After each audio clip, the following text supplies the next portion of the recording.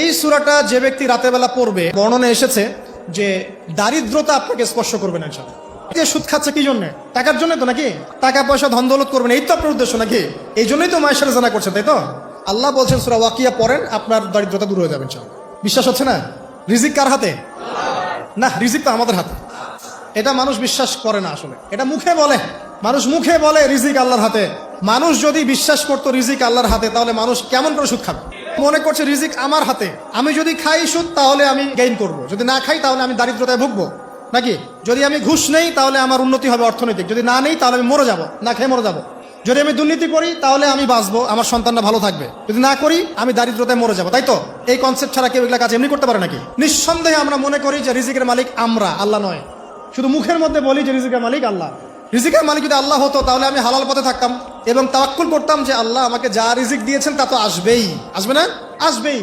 আপনাকে যদি আল্লাহ পাক লালমনিরহাটের 100 একর জায়গায় যত ধান হয়, এতগুলো ধান যদি আপনার আমল নামায় লিখা থাকে, মানে আপনার আমল নাম হচ্ছে রিজিকে, তাকদিরে আপনার তাকদিরে যদি লিখা থাকে যে আপনি 100 একর জমির ধান খাবেন তারপর মরবেন, আছে না লিখা? আচ্ছা, একটা দানা কম বেশি হবে?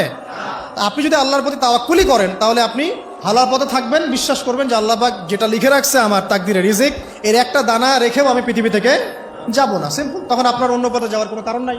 আর যখন আপনি বিশ্বাস করবেন না, না এটা আমার হাতে, আমি যত পরিশ্রম করব তত রিজিক বাড়বে, আমি যত ঘুষ নিব তত বাড়বে, রিজিকের এই পুরো দায়িত্বটা আল্লাহ পাক আপনার হাতে ছেড়ে দিবেন। আল্লাহ পাক আপনাকে কোনো বারাকা দিবেন না। ইয়ামহাকুল্লাহু রিবা ওয়া ইউরবিস সাদাকা। সদকা করলে সম্পদ বৃদ্ধি পায়, আর রিবার মধ্য দিয়ে সম্পদ ধ্বংস হয়ে যায়, একদম মাটিতে মিশে যায়। অনেক গভীরে চলে আসছি, আসেন আবার রাতে চলে আসি।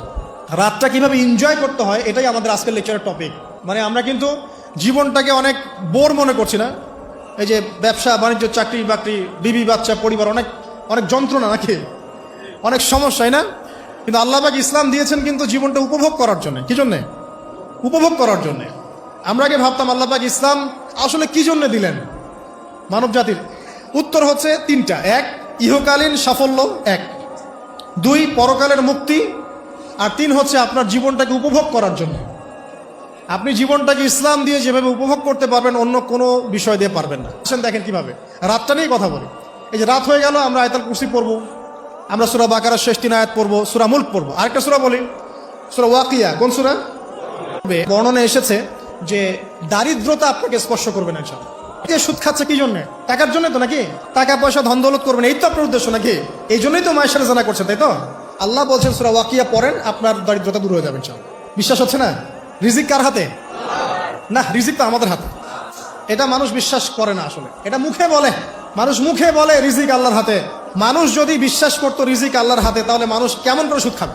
মনে করছে রিজিক আমার হাতে, আমি যদি খাই সুদ তাহলে আমি গেইন করব, যদি না খাই তাহলে আমি দারিদ্রতায় ভুগবো নাকি? যদি আমি ঘুষ নেই তাহলে আমার উন্নতি হবে অর্থনৈতিক, যদি না নেই তাহলে আমি মরে যাব, না খেয়ে মরে যাব। যদি আমি দুর্নীতি করি তাহলে আমি বাঁচবো, আমার সন্তানরা ভালো থাকবে, যদি না করি আমি দারিদ্রতায় মরে যাব, তাই তো? এই কনসেপ্ট ছাড়া কেউ এগুলা কাজ এমনি করতে পারে নাকি? নিঃসন্দেহে আমরা মনে করি যে রিজিকের মালিক আমরা, আল্লাহ নয়। শুধু মুখের মধ্যে বলি যে রিজিকের মালিক আল্লাহ। রিজিকের মালিক যদি আল্লাহ হতো তাহলে আমি হালাল পথে থাকতাম এবং তাওয়াক্কুল করতাম যে আল্লাহ আমাকে যা রিজিক দিয়েছেন তা তো আসবেই, আসবে না? আসবেই। আপনাকে যদি আল্লাহ পাক লালমনিরহাটের 100 একর জায়গায় যত ধান হয়, এতগুলো ধান যদি আপনার আমল নামায় লিখা থাকে, মানে আপনার আমল নাম হচ্ছে রিজিকে, তাকদিরে আপনার তাকদিরে যদি লিখা থাকে যে আপনি 100 একর জমির ধান খাবেন তারপর মরবেন, আছে না লিখা? আচ্ছা, একটা দানা কম বেশি হবে? আপনি যদি আল্লাহর প্রতি তাওয়াক্কুলই করেন তাহলে আপনি হালাল পথে থাকবেন, বিশ্বাস করবেন যে আল্লাহ পাক যেটা লিখে রাখছে আমার তাকদিরে রিজিক, এর একটা দানা রেখেও আমি পৃথিবী থেকে যাব না, সিম্পল। তখন আপনার অন্য পথে যাওয়ার কোনো কারণ নাই। আর যখন আপনি বিশ্বাস করবেন না, না এটা আমার হাতে, আমি যত পরিশ্রম করব তত রিজিক বাড়বে, আমি যত ঘুষ নিব তত বাড়বে, রিজিকের এই পুরো দায়িত্বটা আল্লাহ পাক আপনার হাতে ছেড়ে দিবেন। আল্লাহ পাক আপনাকে কোনো বারাকা দিবেন না। ইয়ামহাকুল্লাহু রিবা ওয়া ইউরবিস সাদাকা। সদকা করলে সম্পদ বৃদ্ধি পায়, আর রিবার মধ্য দিয়ে সম্পদ ধ্বংস হয়ে যায়, একদম মাটিতে মিশে যায়। অনেক গভীরে চলে আসছি, আসেন আবার রাতে চলে আসি। রাতটা কিভাবে এনজয় করতে হয় এটাই আমাদের আজকের লেকচারের টপিক। মানে আমরা কিন্তু জীবনটাকে অনেক বোর মনে করছি না? এই যে ব্যবসা বাণিজ্য, চাকরি বাকরি, বিবি বাচ্চা, পরিবার, অনেক অনেক যন্ত্রণা নাকি? অনেক সমস্যাই না? কিন্তু আল্লাহ পাক ইসলাম দিয়েছেন কিন্তু জীবনটা উপভোগ করার জন্য। কি জন্যে? উপভোগ করার জন্যে। আমরা আগে ভাবতাম আল্লাহ পাক ইসলাম আসলে কি জন্য দিলেন মানব জাতির?